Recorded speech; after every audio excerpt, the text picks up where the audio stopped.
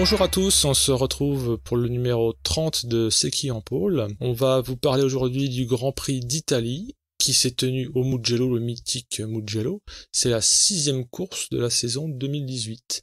Et alors, vous voyez qu'il y a une voix d'endormi qui vous parle, ce n'est pas Murdoch pour une fois, parce qu'il est tapis dans l'ombre, un petit peu en mode ingé son. Aujourd'hui, c'est Steph qui tente de passer les plats, et avec l'éminent Pierre qui est avec nous. Comment vas-tu, Pierre ? Bonjour à tous, bah écoutez, ça va très bien. On peut même t'appeler Pierre 848 et les plus perspicaces sauront que tu es donc fan de Honda, n'est-ce pas ? Oui, Hein ? tout à fait, les Honda rouges en Les particulier. Honda rouges ouais, qui démarrent parfois. Si on veut vraiment polémiquer sur un événement Non, mais récent. on va éviter de parler de technique, hein, je pense que c'est pas le lieu. Et puis sachant que la marque en question est plutôt pas mal, on le verra par la suite. En ce moment, ils ont un petit peu le vent dans le dos. Exactement. Mais bon, spoiler alerte, attention les enfants. Alors, pour ce numéro 30, nous allons parler, si j'ose dire, du numéro 30. Peux-tu m'en dire un peu plus ? Bah, on va pas vraiment parler du numéro 30, Nakagami. Donc oui, le gosse de riche, qui a été drafté à la faveur de sa nationalité et de ses sponsors, c'est ça ? C'est le Siméon du Soleil Levant ? Oui, quand même, il a un Bon, peu plus de résultats que Simeon, je pense. voilà, mais bon, voilà, c'est le numéro 30, et puis on s'en fout. Voilà, suivant. Voilà. Que s'est-il passé dans le Landerneau du MotoGP avant les hostilités du Mugello, dis-moi ? Alors, il y a eu des essais privés en Catalogne juste après le Grand Prix du Mans. On sait que l'asphalte a été entièrement refait cet hiver avec un meilleur grip et moins de bosses. Et ils ont aussi refait entièrement le virage 12, donc c'est le virage dangereux, hein, qui a repris enfin sa configuration d'origine.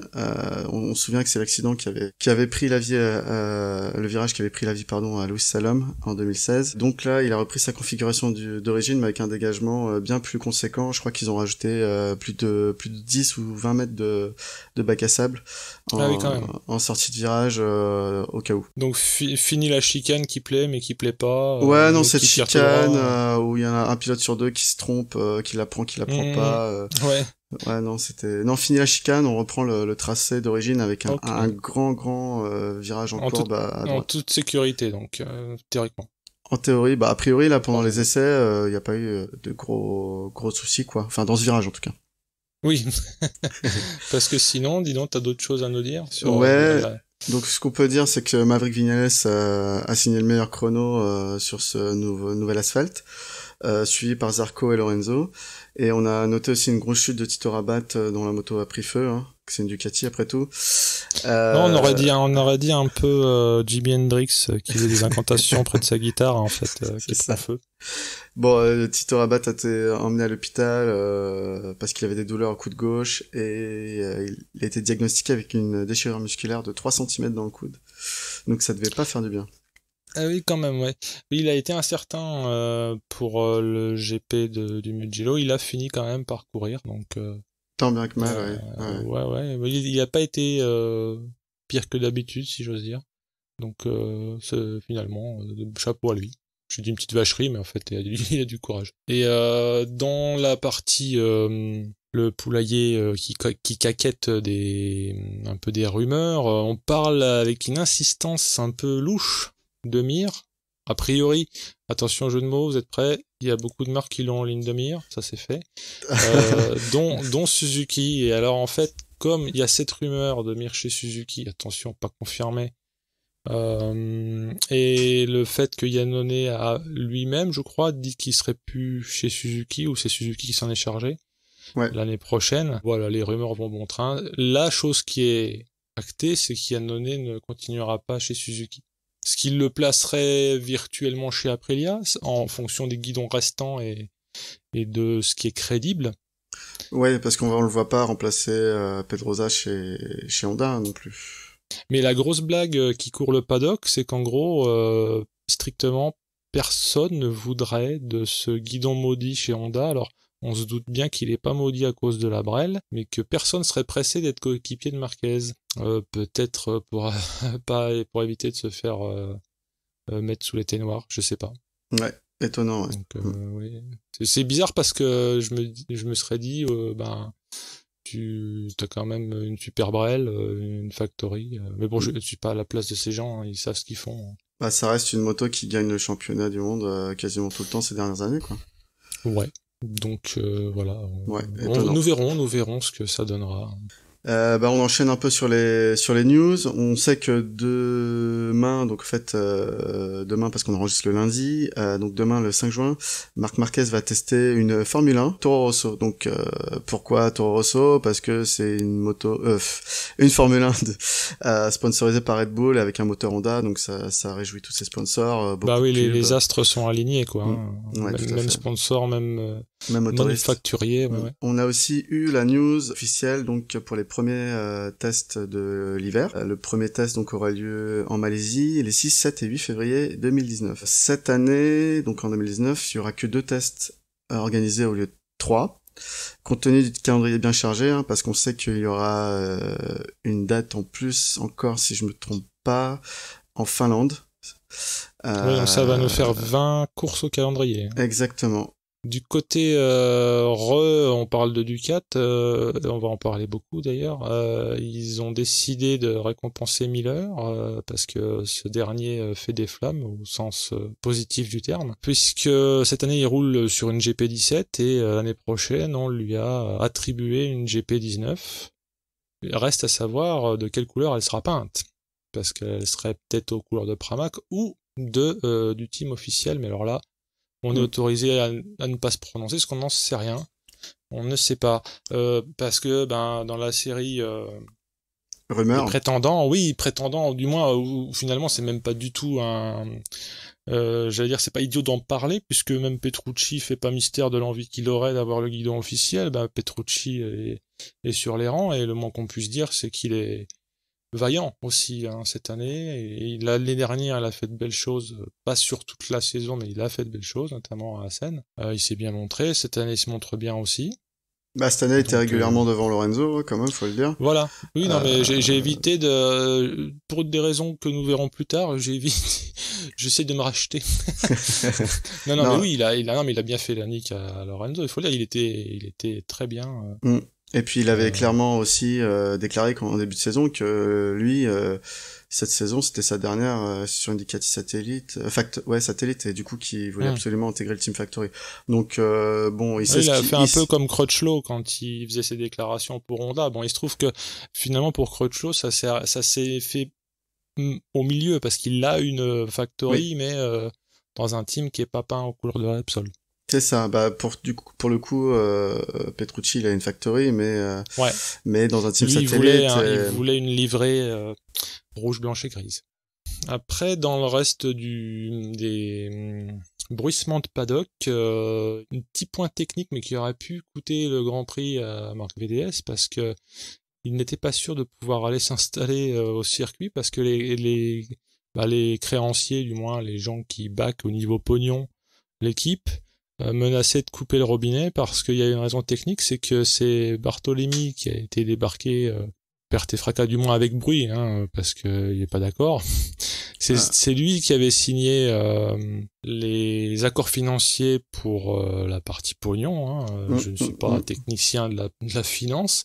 Et comme il est plus là, les gars ont dit il y a plus le gars qui a signé, on arrête. Donc Marc VDS s'est porté garant. Soit en caution où il a re-signé un contrat avec les créanciers, je n'en sais rien, pour qu'ils aient le droit de leur camion dans le paddock.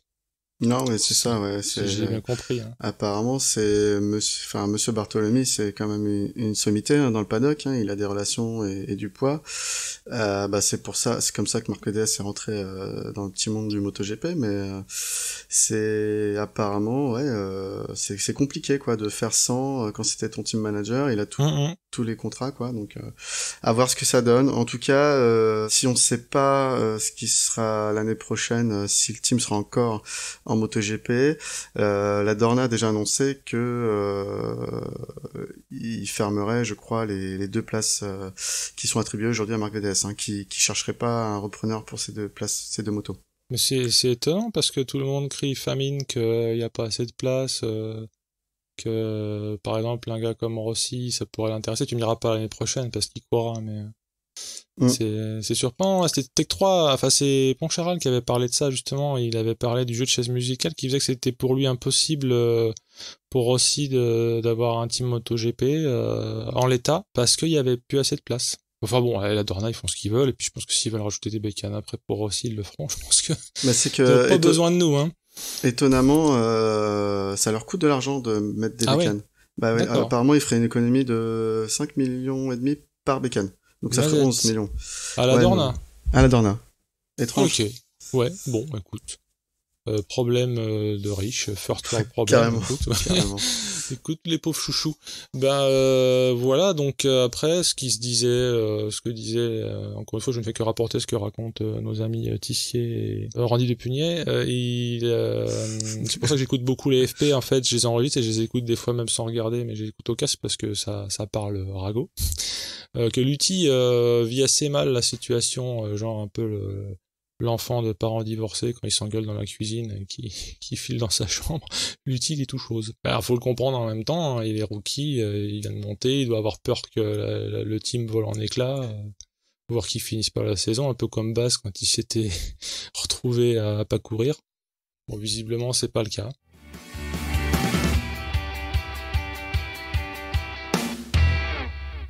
Alors, passons au vif du sujet, après ces digressions de café du commerce, mais non moins intéressantes. Les essais, que s'est-il passé aux essais? Notamment en Moto 3. Les essais Moto 3, après avoir signé les meilleurs temps en FP1, FP2 et FP3, on a Martin qui prend aussi la pole, de façon assez nette et avec presque 2 dixièmes d'avance. Donc il met la pâtée à tout le monde quoi et il va aussi faire le meilleur temps au warm-up du matin de la course. Il est un peu on fire le garçon. Ouais.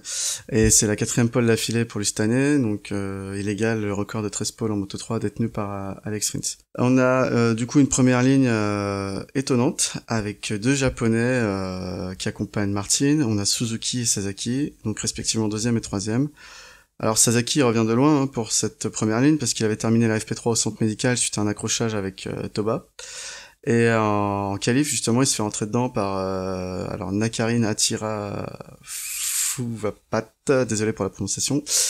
Donc il se fait entrer dedans par ce Malaisien il me semble, sans chute pour lui heureusement. Puis en deuxième ligne on a Canet, Bezeki et DJ Antonio. Et enfin on a une troisième ligne composée de Antonelli, Norodine et Ramirez. En moto 2 on a Pasini qui va signer une belle pole chez lui sur son circuit devant Marcel Schroeter et Alex Marquez.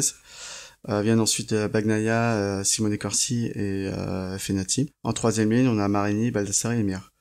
Alors Oliveira est 11e au départ, on verra pourquoi, j'en parle plus tard. Quartararo 16e sur la grille et Danilo 29e. Ensuite, il y a eu des émotions dès les FP en MotoGP. De battre ton cœur s'est-il arrêté, mon pauvre? Oui, alors en MotoGP FP2, il s'est passé des choses intéressantes, pour ne pas dire horrifiantes pour certaines. On a d'abord Pirro, donc Michele Pirro, hein, le pilote d'essai Ducati, hein, qui à la fois court pour Ducati en superbike italien et donc développe la Desmo pour Dovi et Lorenzo. Donc Pirro il chute à 270 km/h en arrivant sur le freinage du virage numéro 1. La vidéo est terrifiante, comme je disais, la roue avant s'est bloquée au freinage et on voit qu'il roule dans le bac à sable comme une poupée de chiffon, hein, tu disais. Oui, parce qu'il a visiblement perdu connaissance au contact avec le sol. Il fait un peu un high side projeté vers l'avant, en fait. C'est un mélange de high side bah, il continue à peu près à la vitesse qu'avait la moto à l'époque, hein, et il retombe comme une crêpe. Et on en a aussi parlé un peu avant d'enregistrer. Un coup du sort fait qu'il avait pas son airbag parce qu'il avait 2 combis, une avec, une sans, et que celle avec était en train de sécher, si je ne m'abuse. Donc oui, c'est ça, ouais. Quand il est atterri comme un gros caillou, il avait pas son airbag malheureusement. Donc, non, il avait pas son airbag. Comme Crutchlow la semaine dernière, enfin il y a 2 semaines au moins. Mais heureusement pour lui d'ailleurs, malgré le fait qu'il ait pas d'airbag, bon sur le coup les images sont impressionnantes. Il l'a emmené au centre médical puis à l'hôpital. Hein. Mais il s'en sort avec quelques bobos et une commotion cérébrale. Et une petite luxation de l'épaule au passage, c'est le tarif. Hein. Ouais, Quand tu on vois va dire que comment il a été chahuté, mais comme il était inconscient, il a pas pu se regrouper comme le font les pilotes qui chutent c'est pour faire ça. l'espèce de barquette, hein. Et là, t'as Bon, les bras qui sont partis dans tous les sens, c'était n'importe quoi. Moi, j'ai fouille aïe, quoi. c'est ça. On va dire qu'il a quand même eu beaucoup de chance, je pense, au vu de la Hum, chute. hum, hum. Et on le verra, d'ailleurs, il se fera ovationner hein, quand il passera sur les écrans de la course Moto 2. En fait, on le voit dans le stand Hum. le dimanche, donc sortie de l'hôpital, mais il partira pas, bien entendu, à la course. Bah, comme ils disent chez les inconnus, j'ai beau être matinal, j'ai mal, hein. Exactement. Donc toujours en FP2, on a un deuxième fait qui concerne Ducati. On a Andrea Dovizioso hein, qui est devenu le pilote le plus rapide de tous les temps en MotoGP avec un petit 356,4 km/h mesuré Oui, dans la ligne pas droite. mal, pas mal. Et puis c'est pas comme les petits lascars qui parlent de leur vitesse alors que les compteurs sont largement surestimés, hein. Là, c'est une vraie vitesse. Ouais, exactement. Du coup, on sait que le précédent record était détenu par Andrea Iannone, déjà au Mugello sur Ducati en 2016, mais cette fois c'était que un 354,9 km/h. Oh, ridicule. Donc malgré les années, les vitesses de pointe progressent très peu. En fait, on se rend compte que les machines sont quand même limitées. Bah, j'avais lu qu'un des trucs qui est vraiment rédhibitoire sur les Brel, hormis la longueur qu'ils ont pour accélérer, c'est que les CX des motos et des moteurs sont dégueulasses. Et je sais pas si t'as remarqué d'ailleurs quand tu vois des ralentis de Lorenzo qui est au freinage, le même freinage où Pirro a eu des soucis, sa combi elle faceille au vent comme un drapeau. Mhm. Et en fait, une moto et un pilote, c'est merdique en termes de CX, et c'est la majeure partie de ce qui fait qu'ils plafonnent, enfin plafonnent, t'as vu la gueule, les vitesses de pointe. Ouais, quand Mais même. les plus gros problèmes, c'est pas tant les moteurs, en fait. Les moteurs, si tu leur mettais un super CX, si t'as le 400, quoi. Exactement. Mais un pilote, ça prend le vent, quoi, et pas de façon très glamour pour les ingés aérodynamiques, donc bon. Ah bah c'est Et, pas des Formule 1, hein, c'est pas non, profilé. non. Et tu parlais d'ailleurs de cette ligne droite, et moi j'ai mis des guillemets dans le conducteur, parce que je sais pas si t'es à peu près aussi ma boule que moi, mais je m'étais amusé à faire les circuits pour voir à quoi ils ressemblaient sur un quelconque jeu de moto, notamment sur PlayStation, interdit de ricaner. Je sais pas si tu l'as déjà fait toi, ce Mugello là. Si, j'avais pu le tester, mais comme j'étais assez nul, d'ailleurs, je jouais avec toutes les aides possibles du jeu. Mm. Mais ouais, effectivement, la ligne droite, elle est Bah pas en fait, vraiment droite, elle voilà, est à la pas. fin, elle se termine par un gauche sur une bosse. Donc tu prends le gauche pour prendre l'extérieur du virage 1 en aveugle. Et Ouais, tu c'est un freines, dévers. ouais, et tu freines au moment où ça descend. Et tu vois pas. En fait, et ce qui fait que moi, dans ce jeu, j'ai fait 45 tours une fois pour faire des chronos. J'ai jamais correctement freiné à cet endroit-là, quoi. Soit Non, c'était mais trop tôt, soit effectivement, c'était trop tard. Ouais. On se doute quand que.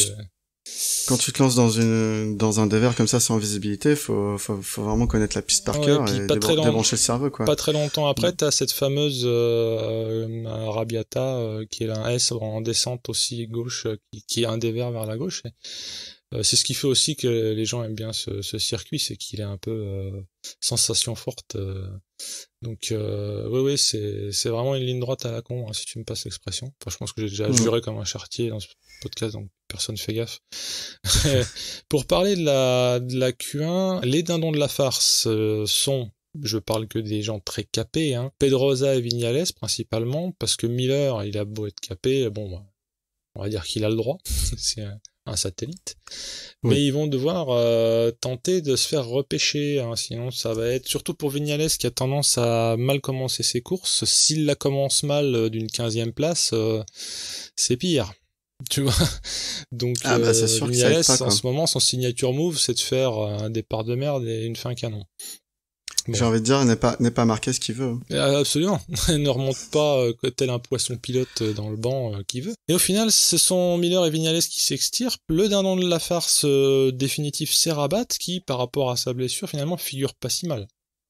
Si on Ouais. y pense, parce que le vrai dindon de la farce, et même avec la plume dans le derche, c'est Pedrosa, parce que il finira à se mettre 20e sur la grille, donc il a eu un Oui. week-end pourri. Hein, D'ailleurs, j'ai pas compris s'il avait eu un souci ou pas. J'ai rien vu là-dessus, Moi, mais j'ai rien vu là-dessus, à part que, ouais, c'est un peu, enfin, en mode chat noir, mais même pas. Je crois qu'il a chuté à un moment, même avant de chuter en course, spoiler alert.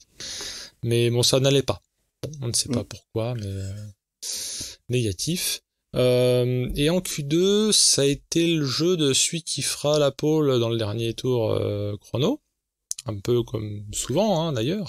Ouais. À croire qu'ils font exprès. Alors, est-ce que c'est parce qu'ils deviennent meilleurs? Est-ce que c'est parce qu'ils passent leur deuxième pneu et que, je sais pas, mais c'est souvent quand même que le suspense Hitchcockien, tu vois souvent, Zarco nous l'a fait, l'autre coup. Ouais, d'ailleurs, j'allais le dire, je trouve que c'est Zarco qui a lancé cette mode l'année dernière. Ouais. À 5 minutes de la fin, il prenait la piste, il faisait le tour de chauffe des pneus, là, et après, il tapait le chrono sur son deuxième et dernier tour. Ce genre de blague, t'as pas intérêt à te faire bouchonner, hein. Mais bon, ça sûr. Après, c'est leur métier, les gars.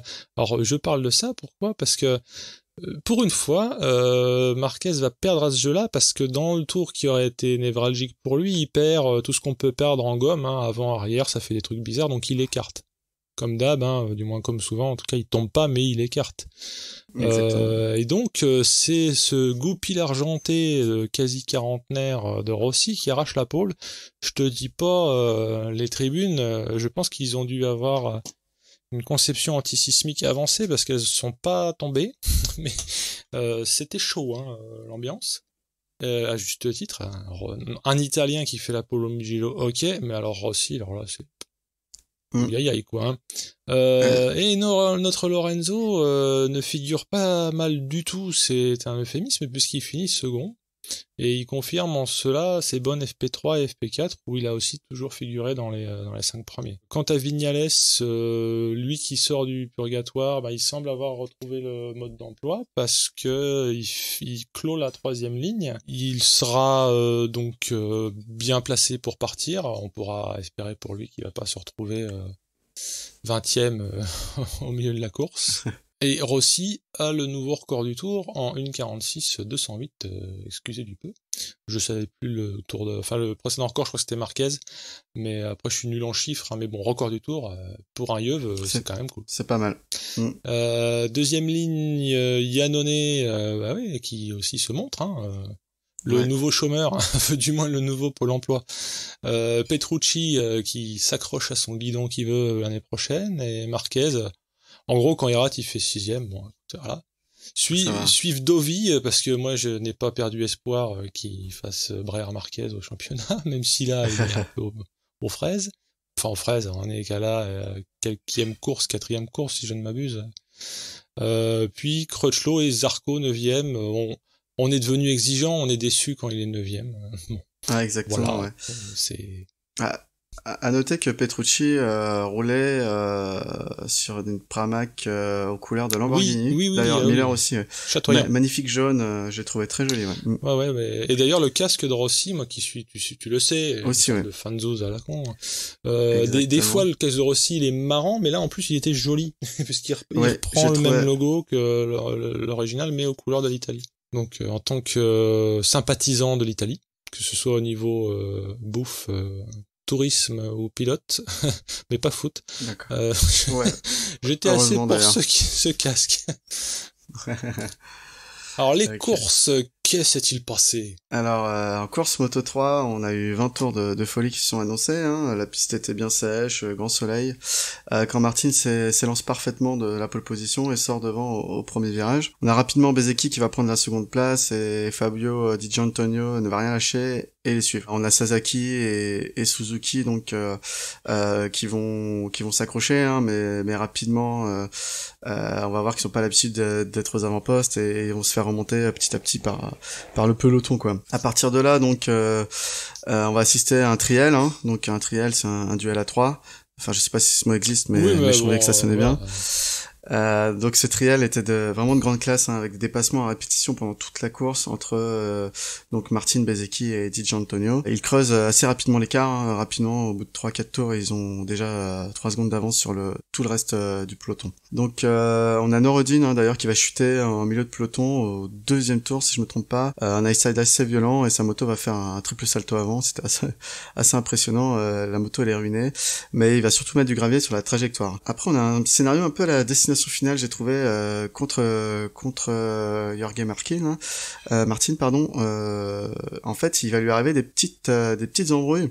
Il va déjà se prendre un bon gravier sur le carénage, projeté par Bezzecchi qui l'avait doublé à ce moment-là. Bezzecchi qui avait juste roulé sur les graviers laissés sur la piste par Noureddin. Il va finalement rouler Martin avec un gros trou dans la bulle.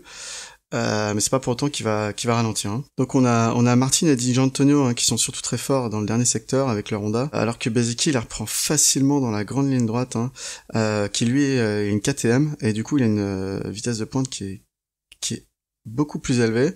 Il se permet même parfois de pas prendre le raspi dans la ligne droite du Mugello pour pouvoir les doubler. Ouais, en Moto 3, on sait que souvent c'est l'arme suprême, quoi. C'est un peu l'élastique qui va te propulser pour doubler. Oui, exactement. Donc au freinage, par contre, au premier virage, on voit que c'est souvent Martin qui met tout le monde d'accord. Il freine plus tard que tout le monde et il prend la bonne trajectoire, le bon point de corde et il repasse Bezzecchi ou Di Giannantonio si d'avenir ça arrive, quoi. Donc les trois sont vraiment à fond. On voit qu'ils donnent beaucoup de spectacle. Et là, destination finale, le retour. Envers Martin, on a un lièvre qui sort de nulle part. Une belle bête en plus, très élancé. C'est un lièvre un peu façon lévrier, tu vois. C'est pas le gros lapin Fatos. Ce qui est étonnant, donc si on regarde les pilotes de face, le lièvre est à gauche de la piste. Et donc les pilotes sont serrés à droite, et du coup le lièvre, au moment où les pilotes vont passer devant, et décide de traverser donc de gauche à droite, donc de passer vraiment à la limite. Et Martin, il a pas le temps de le voir, il essaie même pas de l'éviter, mais sur le ralenti, on voit que le lièvre échappe de peu à Martin, on va plus dire ça comme ça, et surtout je pense qu'il s'en est fallu de peu qu'il y ait un accident, quoi, qui implique sans doute un ou deux pilotes, vu qu'ils se suivent, mais vraiment de quelques millièmes de seconde à chaque tour. Donc je parle que ces trois-là, mais parce que derrière ils ont mis tout le monde à plus de 8 secondes. On a Bastianini, surtout principalement, qui mène régulièrement le peloton. On va pas faire la liste de tous ceux qui ont pris la 4e position durant la course, vu que c'est la Moto 3, ça se double beaucoup. Mais on a aussi Mignot qui reste à l'affût. On a eu Canet aussi à un moment donné, mais Canet il est vite retombé un peu en arrière de peloton, quoi. Donc on a vraiment une fin de course démentielle, et jusqu'au bout les trois mousquetaires vont batailler, jusque dans le dernier virage, jusque dans la dernière ligne droite. Et au final c'est Martin qui gagne devant Bezzecchi et Di Giannantonio pour quelques millièmes seulement. 4e position pour Rodrigo, qui arrivera à passer Mignot et Bastianini. Alors quid de la Moto 2 qui suivait dans ce programme Ligue du dimanche. Exactement. Alors Pasini en pôle, il y avait une grosse ambiance parmi la foule, parce que c'est aussi un Italien. Donc la course s'élance pour 21 tours, toujours sur une piste bien sèche et ensoleillée. Alors Pasini il se rate un peu quand même au départ. Au premier virage il est 4e et c'est Schroeter qui est parti de la 2e place qui prend la tête. Oliveira lui par contre, comme je vous ai dit tout à l'heure, il partait de la 11e place, mais il va nous faire un départ canon. Il se retrouve très rapidement aux avant-postes. Dans le premier virage, il se place déjà 5e. Schroeter, lui, il a fait un très très bon départ, mais il va trop pousser et il va perdre l'avant dès le second virage. Donc merci Marcel, on se verra au prochain GP. Alors on a Marquez qui est en tête, suivi par Bagnaia, Fenati, Oliveira et Pasini. Rapidement, Fenati va couler. Petit à petit et abandonné. Donc on saura par la suite qu'il avait des problèmes de frein et des douleurs aux avant-bras, donc à suivre si c'est pas un syndrome des loges. Ouais. Marquez lui va aussi un peu lâcher du lest, alors que Oliveira prend la tête devant Bagnaia. Puis Pasini qui est bien remonté et qui a vraiment la hargne va reprendre ensuite la tête. Ça se bagarre bien et c'est assez serré pendant longtemps. Derrière Pasini, entre Bagnaia, Oliveira et Baldassari qui est aussi à l'affût. On a une chute pour la partie Frenchy, on a une chute de Danilo à l'arrière de la course, 9 tours avant la fin, et ensuite on a Pasini qui chute en tête alors qu'il restait seulement 8 tours, et qu'il avait fait le gros de la course devant. Alors on a Nagashima ensuite qui va se faire faucher par Barbera à 6 tours de l'arrivée. Donc que celui-ci a voulu faire un inter à la Yannone, hein, si je puis dire. Je pense que ça parle à tout le monde. C'est une figure de style très connue, mais on est donc d'accord que tout le monde est tombé. Les deux sont tombés, ça a fini dans le gravier. Si tu fais l'inter et que tu tamponnes l'autre et que tu le sors, c'est une Marquez. Mais ou une Zarco. Mais bon, je préfère dire une Marquez.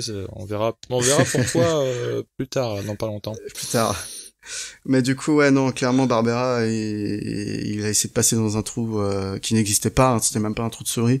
C'était un massacre. Bon, heureusement, les deux pilotes vont bien, hein. C'est juste de la casse mécanique. Bah, Nagashima, il faisait quand même une bonne course en milieu de peloton. Bon, bah, dommage, hein, les abandons pour les deux. La direction de course a décidé, du coup, une sanction de 6 places sur la grille de départ pour la prochaine course à Hector Barbera. Pour reprendre au niveau de la tête de course, on a les 3 derniers tours qui sont d'un suspense insoutenable, hein, alors que les Bagnaia, Oliveira et Baldassari se doublent et se redoublent, un peu comme en Moto3, hein, vraiment, on avait deux belles courses dans les catégories inférieures.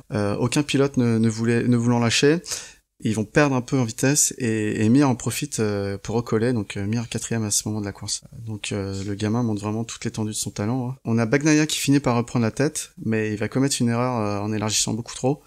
Oliveira en profite pour passer devant, suivi par Baldassari et même Mir. Du coup, Bagnaia va finir 4ème et Marquez 5. Côté Frenchy, Quartararo a fini 11ème, on a dit que Danilo a chuté 9 tours avant l'arrivée. Il se trouve que Mir justifie que en tant que rookie qui fait, j'allais dire des podiums, parce que là, il y a 2 semaines, il n'était pas déjà sur le podium, l'animal. Il a pas de surpression d'être la tête que se dispute le MotoGP, puisque là, podium, il finit sur ses roues, hein, vraiment. il s'est visiblement bien acclimaté à la Moto2. Et quant à Bagnaia, qui a priori est un peu l'autre personne à drafter, si je comprends bien, du Moto2, il est aussi aux avant-postes.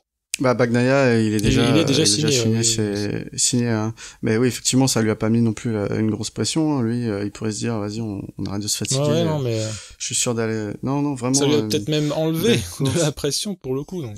Exactement. Donc, pour autant, il fait pas le fou. Mais visiblement, ils sont déjà vachement matures ces pilotes, hein. Ils tiennent la pression, en tout cas.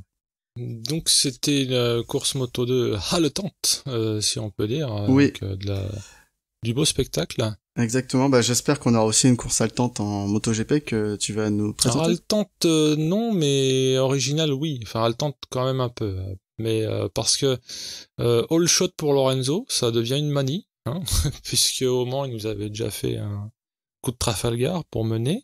Ouais.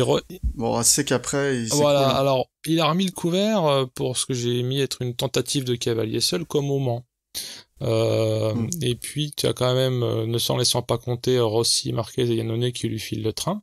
Et ce groupe de 4 là va assez vite, non pas faire cavalier seul ou cavalier 4, mais prendre un petit écart. Ça permet que ce soit plus lisible quand tu regardes les caméras. Mais on notera que Petrucci brille par son absence dans ce wagon de tête, mais à quoi est-ce dû? Eh bien, au fait que Marquez lui fait une Argentine, c'est-à-dire que visiblement il rentre un peu trop vite dans un virage. Tout ceci se passe dans le premier tour, je précise, et soit pour pas tomber, soit parce qu'il peut pas faire autrement le résultat elle-même, il tamponne bien, façon Angon, hein, comme la borne d'arcade de l'époque, hein, quand tu redressais, ça tapait, et puis tu tombais pas et tu repartais. Non, une Argentine à move, a priori pas sanctionné. Je vais pas faire le mec qui appelle à sanction dès que Marquez fait une connerie, mais là c'était quand même, on va dire, musclé, parce que il va bien dans le dégagement, Petrucci en fait, hein, il perd, et là il se retrouve 8ème, ouais. Hein, il passe de 4ème à 8ème. Après, moi j'ai vu le contact, hein. C'est vrai que Marquez, je trouve qu'il a pas trop de solutions vu comment il sort du virage numéro 1. Soit il fait un tout droit, oui, soit il tente de prendre le virage, mais il pousse Petrucci, quoi. Donc ce que disait Depugnet, c'est que ça a permis à Marquez de pas tomber, on va dire. Ouais, c'est plus ça. Bon. Enfin, je dis pas qu'il a fait exprès de le tamponner, hein, attention, mais comme il a été très généreux et on verra après aussi que dans les 3 premiers tours, il a été très généreux sur les attaques de virage. C'est aussi comme Depugnet, on peut quand même dire qu'il a l'œil. Moi, je voyais pas ça spécialement, mais pendant les 3 premiers tours, Depugnet à chaque fois il disait, mais c'est Marquez, il rentre très très très fort dans les virages, c'est chaud pour lui. Alors, moi, j'ai l'habitude que ce soit chaud pour Marquez, il est toujours en train de glisser et faire des conneries. Visiblement, il semblerait qu'hier, du moins hier, donc le dimanche, c'était plus que d'habitude, parce que ça a ému depuis hier, et il s'y connaît en chute, on peut le dire comme ça. Hein? Oui. Mais après, il faut dire que Marquez, il choisit les mauvais clients, parce que là, en Argentine, c'était Rossi, hein, la star. C'est Petrucci. Et là, c'est Petrucci, donc un Italien local. en circuit en Italie. Il aurait pas pu choisir, je sais pas, un Nakagami. Voilà, oui. Au moins, il aurait servi à quelque chose, le pauvre. Mais non, mais lui, il était déjà au stand, je crois, à ce moment-là. Non, c'est pas une blague, mais en fait, Nakagami avait 5 tours de retard dès le premier tour, parce qu'il est rentré au stand soit sur chute, soit sur problème, je sais pas. Mais donc il était déjà hors course. Et dans les chutes au premier tour, on a du did not finish pour Pedrosa, Redding et Abraham. Donc Pedrosa, j'ai pas suivi les misères qu'il a eu, si c'était tamponné avec quelqu'un, mais en tout cas, pas de bras, pas de chocolat, quoi. Bah, je suis comme toi, ils en ont pas ont parlé pas ni parlé, montré d'image. j'ai pas moi, je veux pas me repaître des chutes, je veux juste savoir si c'est encore fait bolosser et qu'il a pas de chance, ou s'il a fait une erreur, paix à son âme, si j'ose dire, sur cette course-là. Mais au 5e tour, hein, parce que là, j'ai un peu teasé là-dessus, mais bon, c'est cousu de fil blanc, hein, Marquez se bourre. Alors, pour une fois, il perd l'avant, et malgré tous les coudes et les épaules et les genoux qu'il met, il reste accroché à sa moto, mais elle se relève pas toute seule. Il peut pas se faire une base comme au quota l'année dernière. Donc ça ne fonctionne pas. Mais comme on le disait, il rentrait très fort dans tous les virages. Et pour que Marquez force, c'est que vraiment il voulait pas laisser s'échapper cet animal de Lorenzo et les 3 autres. Et donc il repart avant-dernier, parce que quand bien même il aurait pris le temps de nettoyer ses jantes, comme Nakagami a 5 tours de retard, il repart donc avant-dernier. Et son but dans la vie, ça va être de bolosser Simeone en remontant. Ça l'occupe. Mais Dovi, qui finalement, quand ça veut pas trop, faisait le dos rond, par le jeu de cette chute et du fait que ça se décante un peu devant, il revient dans le trio qui pourchasse son coéquipier, en fait. Donc on a Dovi, Iannone et Rossi qui forment une meute aux trousses de Lorenzo. Et contrairement à d'habitude, comme avec Malice, on avait remarqué qu'il s'écroulait au bout de 5 à 10 tours d'habitude, là, le Lorenzo, il est pimpant. Il ne baisse pas de régime. Échaudé et énervé, Petrucci se fait une chevauchée quasi fantastique, parce que bon, il est là aussi pour se montrer. Et, déjà, il est chez lui, il veut sa Ducati Factory, et donc il va aller chercher Iannone et va le doubler, et aussi doubler Rossi, qui en milieu de course semblait blêmir, si j'ose dire.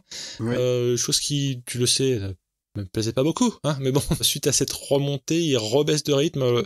Est-ce que c'est fatigue, est-ce que c'est pneus? On a l'impression que c'était de la fatigue des pneus, c'est ça ou pas? Ouais, il a déclaré que suite à la poussette de Marquez, il avait perdu beaucoup de place et qu'il avait forcé comme un homme sur ses pneus pour remonter, et qu'après il manquait de grip pour maintenir sa deuxième place, quoi, sa troisième place. Il n'y a pas de miracle, hein, les pneus a priori ils tiennent que la course et encore. Donc si tu tapes dedans, la Mirins, il est un peu on fire parce qu'il remonte temporairement 4 à un moment, et pour se stabiliser 5 derrière son coéquipier Iannone. Mais le retour du renard, Rossi qui veut sa place d'honneur quand même, au 18e tour, il chipe la 3e place à Petrucci. À Iannone, tu veux dire? Oui, il la prend à Iannone. Et le Dovi, ne faisant pas de bruit, était quand même 2e, hein, ce qui est encore mieux que la place que Rossi voulait briguer, et il suit son coéquipier sans pour autant réussir à le rattraper. Il se prend même des secondes sur la fin du Grand Prix. Peut-être aussi qu'il s'est dit que 20 points c'est sympa, surtout quand Marquez est entre guillemets out des points. Et donc Lorenzo nous fait sa fameuse Lorenzo.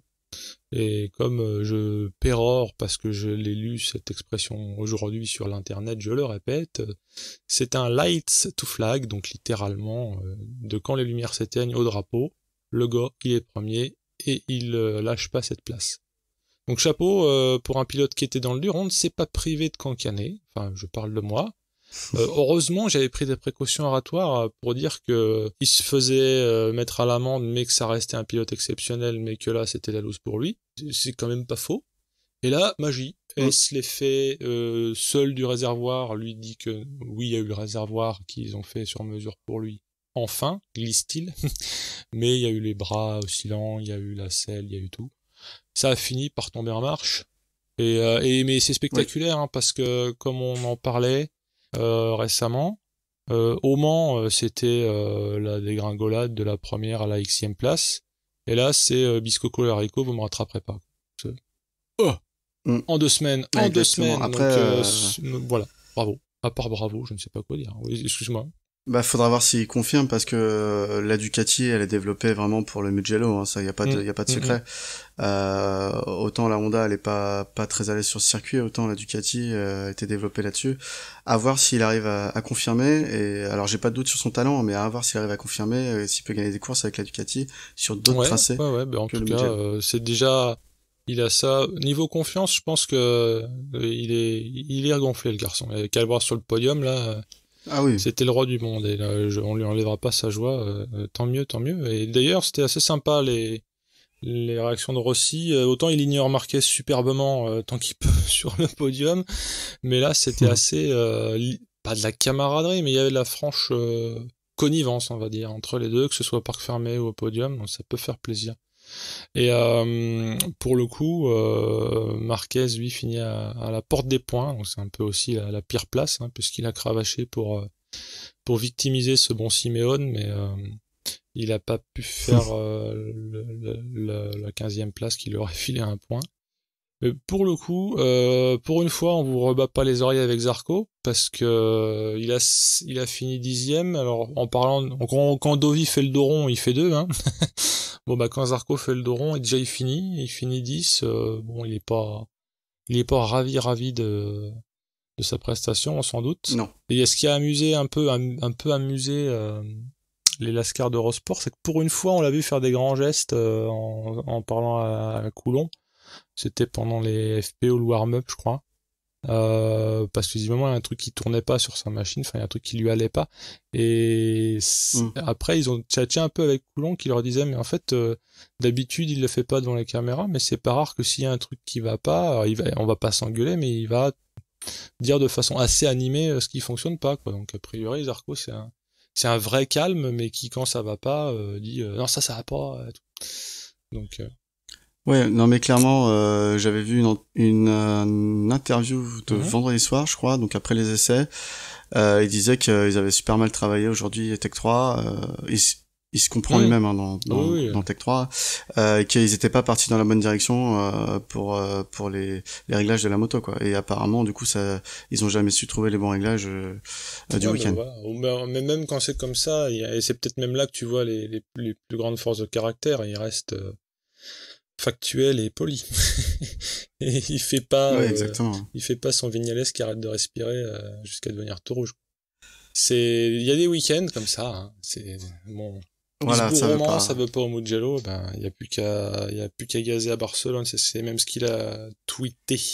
Exactement. Donc, si on peut revenir sur un peu le fait marquant, ouais, d'après Lorenzo, son retour en grâce, c'est dû au fait que, comme il le martelait depuis longtemps, n'est-ce pas, il fallait adapter la moto à lui. Donc là, dans ces cas-là, il se fait un peu ce que j'appellerais une Aimé Jacquet post-Coupe du Monde, quoi. Et c'est normal. Il se fait appuyer sur la tête par les médias. Nous, on n'est pas des médias, on est des blaireaux. On parle comme au PMU, tu vois. Et d'ailleurs, on ricane un peu pour rien, mais donc a priori le réservoir c'est la cerise sur le gâteau, mais on peut comprendre aussi que le moindre truc d'ergonomie peut ou pas peut changer beaucoup de choses, parce que même un truc tout bête, toi comme moi quand on roule en moto, s'il y a un truc genre le gant qui est pas bien mis, ou la botte qui raccroche, ou même l'oreille qui est pas bien calée dans le casque, ben tu t'arrêtes pour te remettre bien, parce que tu fais pas 3 km avec un truc qui te gêne en bécane. Enfin, en fait, c'est complètement hypnotisant. Quand t'as un truc et vraiment ça devient rédhibitoire. Une fois, moi, j'avais une prise d'air dans le casque parce que j'avais mon pinlock 3615 My Life, mais ce qui tient les pinlocks du Shoei qui était barré, et en fait, ça sifflait. Oui. Ça sifflait, mais fort, en fait, quand je roulais à partir d'une certaine vitesse. Donc, je suis obligé de m'arrêter et de foutre du scotch. Et puis après, ça allait, quoi. Mais parce que en même temps, j'allais faire 600 bornes. Donc, tu passes pas 600 bornes avec un sifflet dans les oreilles. Oui, donc voilà, si l'ergonomie ne va pas, en fait, on voit déjà que, tu sais, ils en sont à changer le sens de rotation des moteurs pour que ça tourne mieux une bécane. Alors j'imagine que s'il peut mieux attraper si sa position est meilleure à cause du réservoir, ça peut tout changer pour lui, quoi, y compris sur sa fatigue. Non, c'est sûr. c'est sûr. Par contre, je trouvais que c'était limite. Enfin, il a raison Mm. hein, dans le fond, mais il aurait peut-être dû attendre Oui, parce que là, oui, oui, d'avoir une là, il deuxième a tout de suite dit, victoire, parce que là, c'est ce que je demandais depuis le début, c'est dommage qu'il c'est l'ait pas fait ça. avant. Là, il a commencé à peut-être un petit peu surexploiter sa position de force. C'est ça, il aurait dû se préserver Ah au cas oui, où ça ne marche pas pour la nous suite. verrons, mais bon, écoute, Ouais, j'éviterai de ricaner, ouais. hein, mais... Et d'ailleurs, bah pas moi. D'ailleurs, il a déclaré en interview, c'était très clair, hein, à la question où est-ce que vous serez la saison prochaine, il a clairement déclaré qu'il ne roulerait pas chez Ducati l'année prochaine. Et il n'a pas donné de nom d'écurie hein, ou de team ou de manufacturier, hein, mais il a dit qu'il ne serait pas sur une Ducati. C'est des propos qui n'ont pas été confirmés ou non plus infirmés par la marque, mais c'était assez surprenant juste après une victoire sur une Mm. Ducati au Mugello. Bon, enfin bon, après on lui a posé la question, il a répondu sans langue de Ouais. bois. C'est bien ce qu'on peut ne pas reprocher à George Lorenzo, c'est la langue de bois, Ouais. il n'en a pas. Bon, bah écoute, on verra Voilà. bien ce que donne le mercato. De toute façon, normalement, ça devrait... c'est post-Barcelone que tout sera figé, non? Je crois, hein. Sur les annonces. Oui, bah ils avaient dit post Mugello, mais apparemment ça Mm, s'est repoussé mm. encore d'un Grand Prix, ouais. Mm. Bon, comme on l'a signalé, visiblement, Rossi, qui doit savoir ce que c'est que de galérer longtemps, a priori, a été fort content pour son ex-ennemi, qui le redeviendra peut-être. Mais il se chambrait un peu en conférence de presse, puisque je crois que t'as Rossi qui a dit, eh ben, maintenant il va être obligé d'aller à Venise avant tous les grands prix, ça va pas être pratique pour lui. J'ai entendu que ça lui avait porté chance, son Ouais, c'est espèce de ça. mascarade sur la gondole, là. Ah, j'étais pas le dernier à me marrer parce que c'était complètement Ouais. pourri la vidéo de la Dorna, là. C'était C'était bien Eyes Wide Shut particulier, ouais. avec Lorenzo. Mais pour le coup, oui, bah, la vidéo était grotesque, bon, mais il a gagné, donc ce que disait Rossi, c'est que maintenant, ça va peut-être faire loin pour certains grands prix, mais il va falloir aller à Venise, allumer un cierge avant les courses. C'est ça. Ils se sont marrés, ils se Et sont fait un high five. mettre la moto sur Ouais, une c'est pas gondole, pratique, pas c'est tout pratique, ça, hein. quoi. T'as une chance Mm. sur deux de la photo à la baille, hein. Il y a guère que Laurent Cochet pour mettre des motos dans l'eau, là. Ah, ça va pas, ça. Ah, Voilà, le attaque Cochet sur une personnelle, Desmos ouais. Mm. Medici dans la lagune de Venise, c'est un truc à faire. Ça peut le faire. Alors, il a déjà, donc, comme tu C'était l'as un dit, fait tomber VFR, non? une moto à l'eau. Je crois. Ouais, c'était un gros truc japonais. Il a déjà conduit une Panigale Ah, V4, mais il l'a donc pas cassé, ouais. il peut Ni faire cassé, tourner. ni mis à la baille, Non. donc, ah, ça se tente. Ah, en ce Mm, moment, et je mm, crois mm. qu'il est en Mongolie en train de casser une Africa Twin, non? Je sais plus ce qu'il fait. Non, c'est pas des blagues, hein. Je- Il est J'ai pas en suivi, Asie, j'ai pas suivi. dans les steppes d'Asie, hein, en train de faire un road trip. Que Lolo, j'irai voir ce qu'il donne. Je crois que c'est en Mongolie, il me semble, en fait. C'est ce genre de... À suivre. On Ah bah, avec suivra et on lui plaisir. passe le Bah, bonjour on d'ailleurs, s'en puisqu'il nous doute. écoute. Ouais, moi je voulais parler vite fait de la pole et de la course de Rossi, hein, comparé à l'état de forme de Vignales et Zarco, qui roule aussi sur une Yamaha M1. Je trouvais étonnant que, alors autant Vignales il était quand même bien placé hein, sur la grille de départ, il a fait une bonne qualif. On voit que la Yamaha quand elle marche, elle fonctionne pas pour tout le monde. Quand c'est pas Zarco habituellement, on va dire, là c'est Rossi qui a réussi à trouver les bons réglages. Je sais pas Bah, si moi, t'as un avis sur la ouais. question. Moi, je me suis demandé si Rossi avait pas piqué la Yam de Zarco Tech 3 et lui a fait un petit deal, genre vas-y dis rien, c'est mon GP national. Ben, Derrière, je te refile les fanzos ou je j'y sais verrais quoi. plus, comme tu l'as dit, GP national et cet animal, je crois qu'il a gagné 8 fois d'affilée dans les années 2000, Rossi, au Mugello. Donc, D'accord. de dire que c'est son jardin, c'est presque un euphémisme. Parce que c'est son circuit préféré. Autant de dire qu'il connaît par cœur et le fait d'y avoir gagné 8 fois, après c'est un peu la poule à l'œuf. Hein. Est-ce que c'est parce qu'il gagne qu'il est bon? Donc en gros, Ouais. le moindre centimètre carré, où est-ce qu'il faut freiner, où est-ce qu'il faut pas freiner, les erreurs à ne pas faire, je pense qu'il les a. À mon avis, ça est un bon réglage, parce que si c'est réglé comme une patate, il fera pas le temps. Font qu'il a pu gratter la pole, mais encore une fois, en plus, c'est des coups de poker, hein, tu sais, c'est comme on a dit, c'est le dernier tour, et tout le monde se tente le dernier tour. Mais pour le coup, tu vois, Ouais. on voit quand même que ça n'a pas suffi. Sa connaissance quasi inégalable du terrain, n'a pas suffi à... Il s'est fait distancer par Lorenzo, et ça, tu sais bien que ça me fait mal de le dire, mais il s'est fait distancer. Tout comme Iannone s'est aussi fait... Lorenzo était très bon, enfin rapide, quoi. Véloce. Lorenzo était au-dessus de tout le monde. Grosse vélocité, mais on voit quand même que Rossi a dû s'employer pour choper la 3e place. Donc ok, je veux bien que les mecs au fumigène jaune soient ravis parce qu'ils le voient sur le podium, mais pour moi, c'est presque une déception. Je dis bien presque. Bon, parce que ok, il est pas tombé, ok, ça lui fait des points, j'anticipe sur ce qu'on va se dire dans quelques secondes. Ah oui, ça me fait penser à quelque chose. Il y a des choses qui se passent au classement. Ouais, et d'ailleurs, je sais pas si t'as vu la news, sans parler de classement, au niveau des points, Rossi est le premier à dépasser les 5000 points, à atteindre exactement cumulé. C'est un peu le Jordan de service, il enfile les records. Yes. Ou le Federer aussi dans son genre. Ça montre quand même que la Yamaha est pas la machine ultime, parce qu'ils se sont quand même fait calmer par les Ducati. Mais c'est plus trop les années où la Ducati elle rattrape 50 mètres de retard en ligne droite, elle est bonne, elle est plus homogène, bien que brutale, elle semble plus homogène que quand c'est Stoner qui était le seul à la dompter. Ah oui, non, clairement.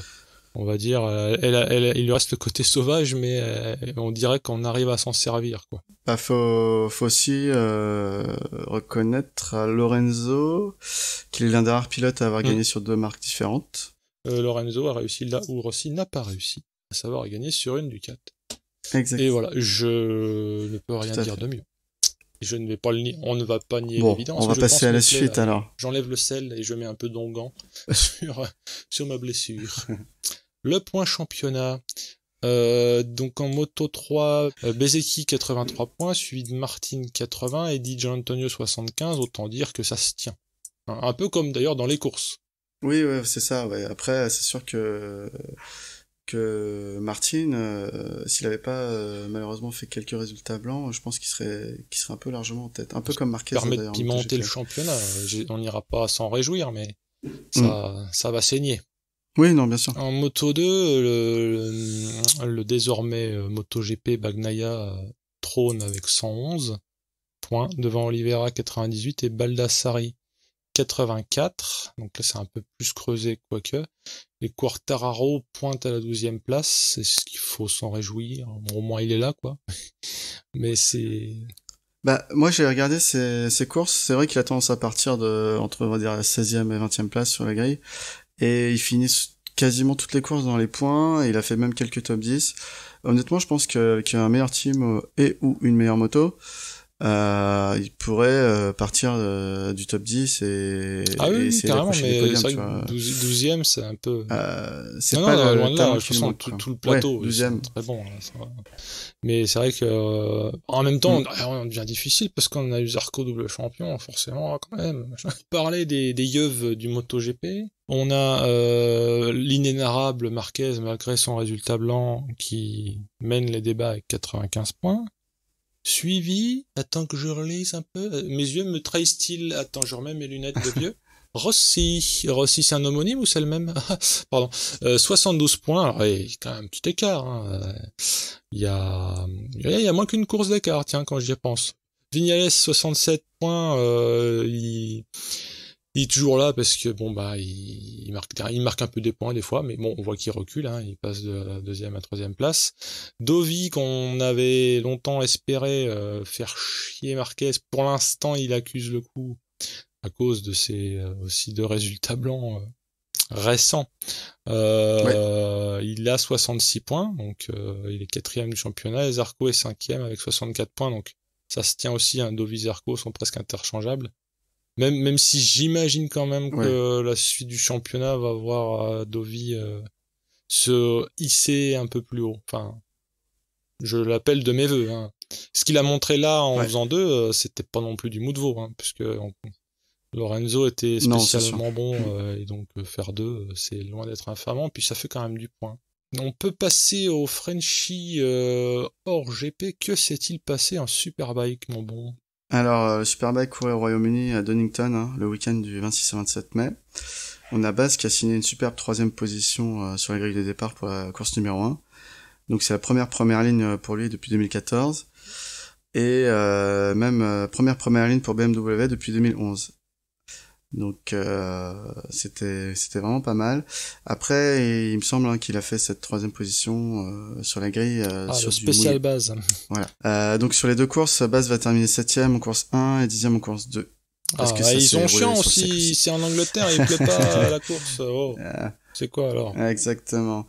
Donc au général, il se classe 9e. On a noté un superbe doublé de Yamaha avec Michael van der Mark qui a gagné les 2 courses. On est à la barre des Kawasaki de Rea et Sykes. Du coup, c'est la première victoire pour Yamaha depuis 2011.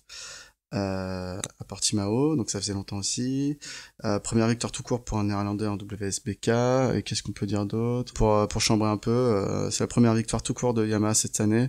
MotoGP, WSBK. Parce que on n'a pas regardé en motocross, mais ça, c'est pas l'année de Yamaha, vraiment quoi. En super sport, donc on a noté une seconde participation du français Perolari.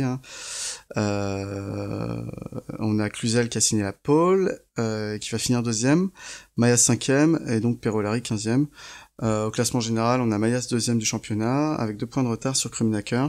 Cluzel est 4e. On va reparler rapidement du Super Sport 300. Donc on a Ana Carrasco dont on a parlé dans le dernier épisode, qui enchaîne une seconde victoire de suite sur sa Kawa 400. On a le petit français Enzo de la Vega qui fait une belle 4e place. Également De Cancelis, donc finit 21e, Forêt 24e. On avait un 4e français donc en wildcard qui s'appelle Andy Verdoya, très jeune, 15 ans. Il pourra malheureusement pas finir sa course suite à un souci technique dans le premier virage du dernier tour. Donc c'est un apprentissage à la dure. Alors, on espère le revoir. Dans le dernier tour, c'est la loose pour tout le monde, mais je pense qu'à cet âge-là, quand tu fais tes armes, au moins tu te souviendras que voilà, là il peut pas faire pire quoi. Bon après, c'était pas une chute, sauf à être déclassé sur tapis vert quand t'as coupé une chicane, comme ça s'est passé la dernière fois. Il y a peu de choses plus frustrantes que ça quoi. Voilà, donc ça c'était pour les Frenchies RGP. On a balayé, si j'ose dire, l'actu du moment. Je pense qu'on a été exhaustif, sans trop lasser notre auditoire, je l'espère. Ouais. Le regagnant pour les excellents goodies que nous mettions en jeu pour deviner c'est qui en pôle, c'est quelqu'un qui a eu l'excellente idée de pronostiquer Valentino Rossi. Alors, ça aurait pu être moi, mais il paraît que je suis tombé dans le chaudron quand j'étais petit et que j'ai pas le droit de jouer. Bastiasi, qui a remporté cette merveille, et je crois que l'excellent Murdoch s'est déjà empressé de donner à manger à la boîte aux lettres vintage de sa commune. Félicitations à lui. De bien beaux objets, bonne réception, comme disait le regretté Pierre Bellemare, 595 francs. Alors, pour les gens qui seraient friands de nous voir délirer sur Twitter, nous sommes joignables, si j'ose dire, @CQEP_, comme diraient les bêtes, tiré du 8, POD, CQEP pod. N'hésitez pas à venir nous tenser ou nous dire ce que vous en pensez. Nous nous retrouverons avec plaisir en train de piaffer sur notre canapé pour le prochain GP qui a, en gros, un GP sur 5 en gros se passe en Espagne, puisqu'il y en a 4 dans la saison. Là, ça va être la Catalogne, sauf erreur. Ça. La Catalogne, le circuit de Montmelo dont on parlait tout à l'heure, dont l'asphalte voilà, il n'y a plus qu'à taper les chronos de Naboul. Tout le monde est content. Donc. Eh bien, salut à tous et à la semaine prochaine, du moins au prochain GP. Dans 2 semaines. Que nous espérons spectaculaire. Ouais. Ciao. Allez, salut. Ciao. Toi aussi, tu as un chat. Ou un enfant. Mais à cette heure-là, ça doit être le chat.